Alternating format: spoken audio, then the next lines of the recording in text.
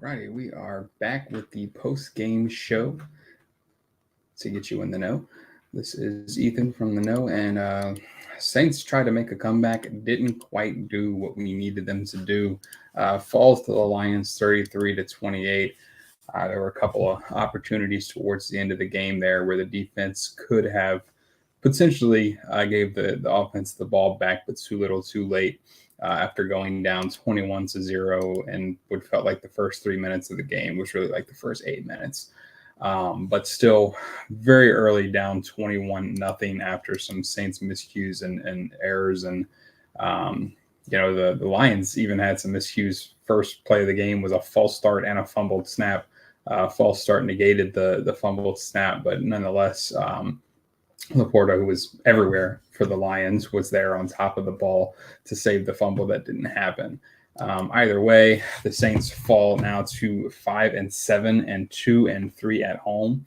The Detroit Lions are a good team they're a good team, period, right? But they're a good team on the road. They're 5-1 in away games now, which just says a lot about that team and what's going on over there. You have Derek Carr with the Saints. He went out with an injury again. It looked like a little bit of mix of what he's already dealing with, concussion and or shoulder.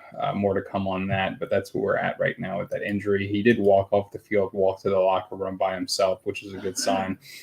Jameis Winston came in, and the commentator on the broadcast that I had said it, the Jameis Winston experience never disappoints. It was a pass that he probably shouldn't have thrown that got tipped away from a defensive back who looked like he had a pick six into Olave's hands for a big gain.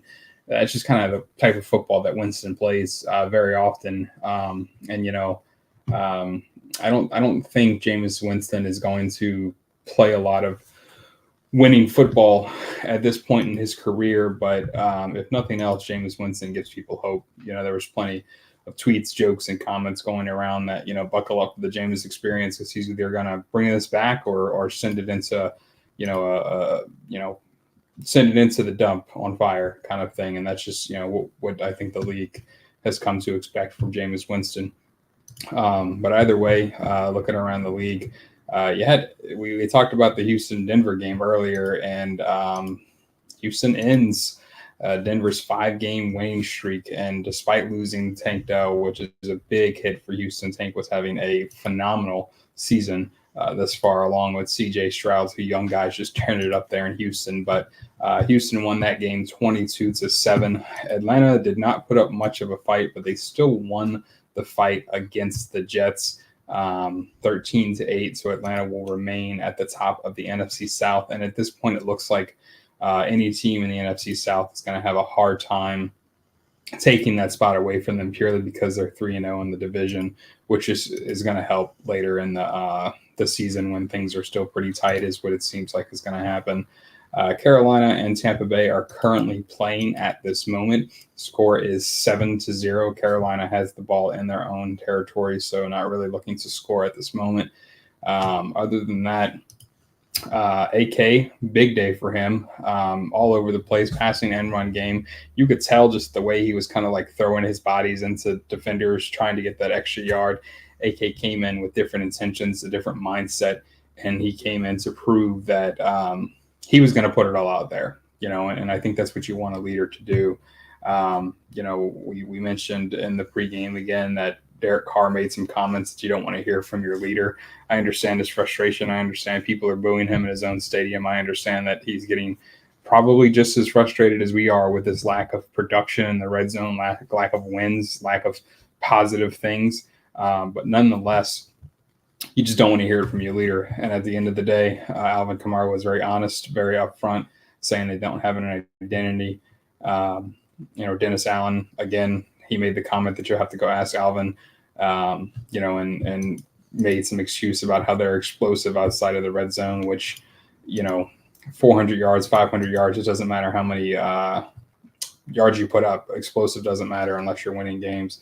Nobody wants to watch explosive, mediocre football. And if we want to watch explosive, fun football, then Winston's your guy.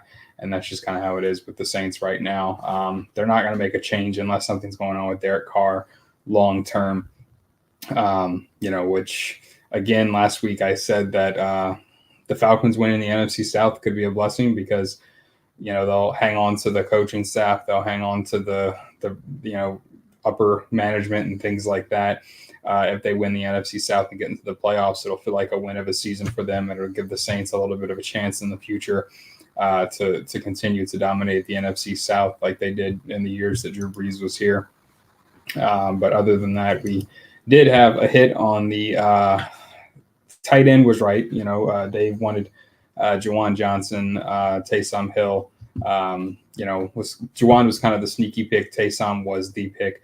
Taysom and Alvin Kamara both got in the end zone today. So anytime touchdown scores for the Saints games by me and Dave were spot on. Outside of that, out of the Saints game, touchdown scorers, we had Tank Dell for Houston, and we had the Denver running back Javonte Williams for touchdown scorers.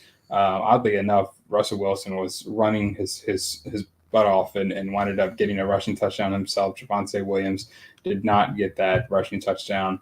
And then, we mentioned Nico Collins, but I was leaning more towards Tank Dell. Unfortunately, Tank Dell did go down early in the game and was carted off the field, so he did not get that chance to score a touchdown.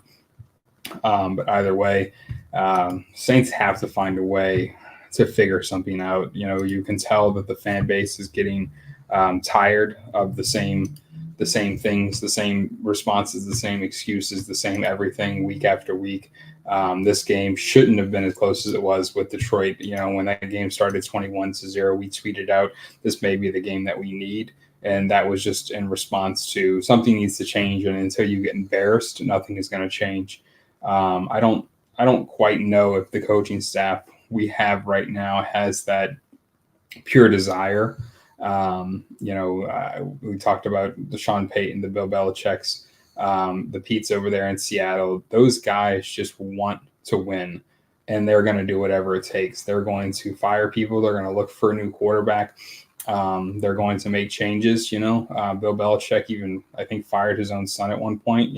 So you just have to be a winner. And right now, the Saints, they just don't feel like they have a whole lot of winners in the building right now. We have the offensive weapons. We have the talent on defense. We're missing something. And I don't know if that's spark, if that's energy, if that's leadership, if that's commitment. Nobody outside of that locker room can really determine what the Saints are missing right now. Outside of the games to watch from earlier, we also said that the Philadelphia-San Francisco game is going to be one to watch. You have Brock Purdy going against Jalen Hurts and the Philadelphia Eagles. Eagles knocked the Brock Purdy and the 49ers out of the playoffs last season, so I'm sure there's going to be some chippiness going on in that game. And I think those are the two teams to really look at in the NFC as winners overall. And I think we'll have a very, very likely seeing the 49ers or the Eagles in the Super Bowl along with the Kansas City Chiefs. It just feels like those teams are the ones to get after everything. I think outside of the Chiefs, I like Miami over there since, we're kind of getting towards the end of the season and we're looking for, at this point, who's going to go to the Super Bowl, who's going to go to the playoffs. The NFC is relatively crowded at the bottom, but top heavy at the same time. So we'll see how all that pays out. Nonetheless, again, Atlanta remains on top of the NFC South as they take on and beat the New York Jets.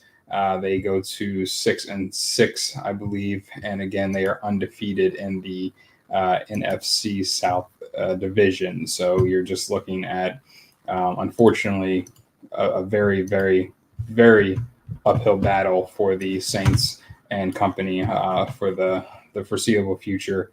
It does not look like the Saints will find a way to get into the playoffs at this point outside of, figuring something out. There was points in this game where the Saints looked like they were figuring some things out, but that's happened multiple times this season where, it looks like the Saints are figuring something out, and then the very next game, they don't figure it out. They go back and regress to something that wasn't working. Prime example, even in this game, the Saints ran on first down with Taysom Hill, got 4 yards, and then opted to pass it 3 times in a row, which when you only need 6 yards and you don't want to give the ball back to the other team with a lot of time, I don't quite understand the decisions there. And that just felt like a time where you turn around, you hand the ball back to AK, you hand the ball back to Jamal Williams. You use these weapons that you paid, Jamal, you paid him to come here to make short down yardage situations easier.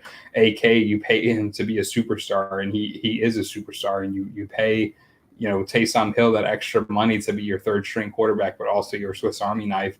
And, Taysom Hill was on the sideline for all but the very last play on fourth down. And you knew you're in fourth down territory. So you don't need to throw to the first down marker. You need to throw short passes, touch, just get touches behind the line of scrimmage if you want to, whatever it may be. Those 3 play choices just did not seem to resonate with what was working for the offense. But nonetheless, again, the Saints are still at this moment, second in the NFC South uphill battle. They're on a 3-game losing streak, while the Atlanta Falcons are on a 2-game winning streak.